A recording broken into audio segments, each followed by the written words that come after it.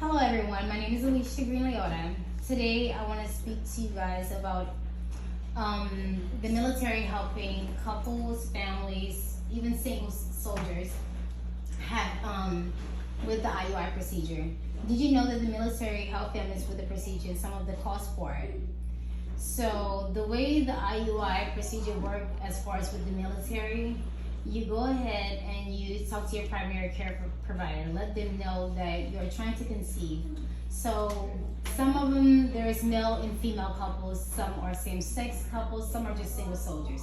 So as far as women, you can go ahead, if you feel that you're not producing eggs or you've been told that and you still are trying to conceive, you go ahead and you inform the doctor. That way they can run tests and see how that goes.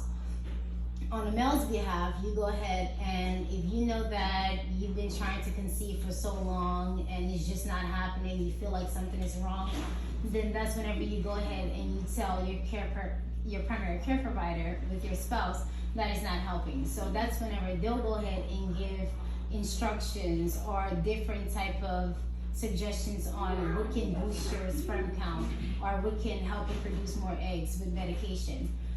Then after you do that, that's whenever, first they'll go ahead and ask you, when did you start your first cycle? So if you went ahead and you started last month or you're on it now, you can go ahead and give them that date. That way they can start monitoring it for a few months, see if your cycle is regular. Once they know that is down, that's whenever you go ahead and monitor and see if you have enough eggs or if you have eggs at all.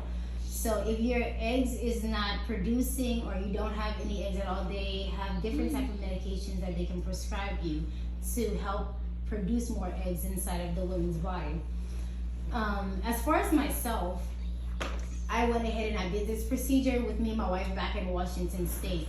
So we went ahead and we did the procedure, and I told the doctor, I said, well, I want to get pregnant. That's when I was civilian. I wanted to get pregnant. He said, okay, so all I need to do is I need to go ahead and find out when you started your period. I was monitored for about 3 months, and that's whenever the doctor went ahead and told me I need to put you on medication because it don't seem like you have a lot of eggs, and he wanted to make sure that it took. So after he monitored to see how many eggs that I received, that's whenever he said, Miss Alicia, you can go ahead and contact the sperm bank. See, with same sex, we had a sperm bank in Washington, in Seattle, Washington, and that's where I received my sperm, my sperm for our our second child.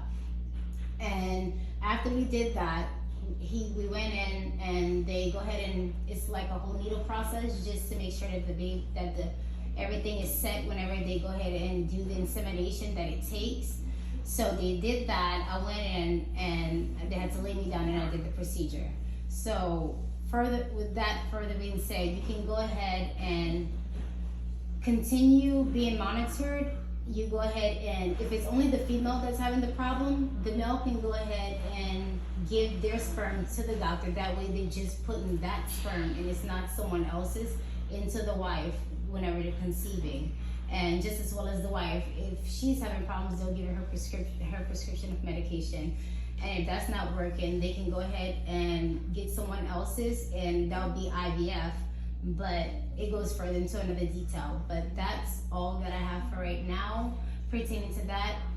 So if any of you have any questions about the procedure itself of IUI or the prescription, anybody wanting to know further information for it, you can let me know. I got a question. Yes. Can you translate the IUI abbreviation?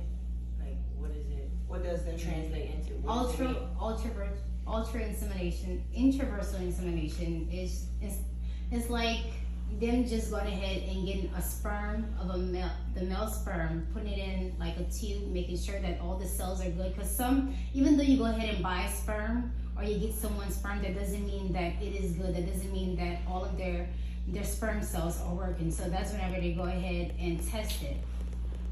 And if it is good, they use it. If it's not, then they'll tell you that it's not good, and then they'll send it back for you to go ahead and have to buy a whole nother one or order a whole nother one.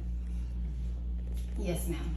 So do they take the women eggs too? And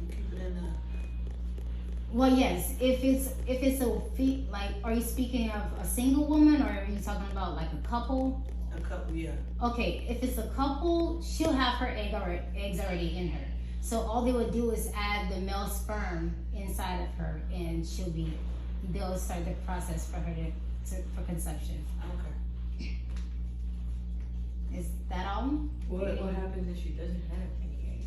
Okay, if she doesn't have any eggs, that's whenever they go ahead and they continue giving her prescriptions to higher it up, so that way it's more of a chance for her to conceive male. Okay. Is that all? Okay, thank you so much. It's been an honor to have all of you. I hope you have a great day and enjoy my speech.